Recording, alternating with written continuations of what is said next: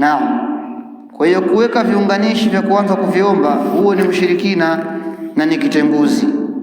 Kadhalik, kitenguzi namba 1, ashirku fi ibadati llahi taala, ni ushirikina katika ibada ya Allah, kufanya shirki katika kule kumwabudu Allah subhanahu wa ta'ala, na hili ndiyo kubwa kuliko yote na ndiyo baya zaidi, jambo ambalo ndiyo jambo la kwanza Allah kutukataza waja wake, na ndiyo katazo lilokuwa kubwa kabisa.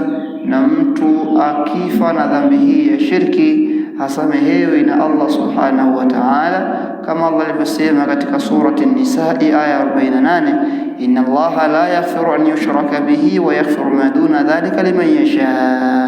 Allah hasamehi dhambi ya kushirikishwa yeye, na anasamehe dhambi kinyume na ushirikina kwa amtakaye miongoni mwa waja wake. Na mfano katika shirki ni kama mtu kuchinja kwa ajili ya mizimu, kuchinja kwa ajili ya kafara ambazo ameelekezwa na mganga huko, au waganga wa kishirikina, makohani.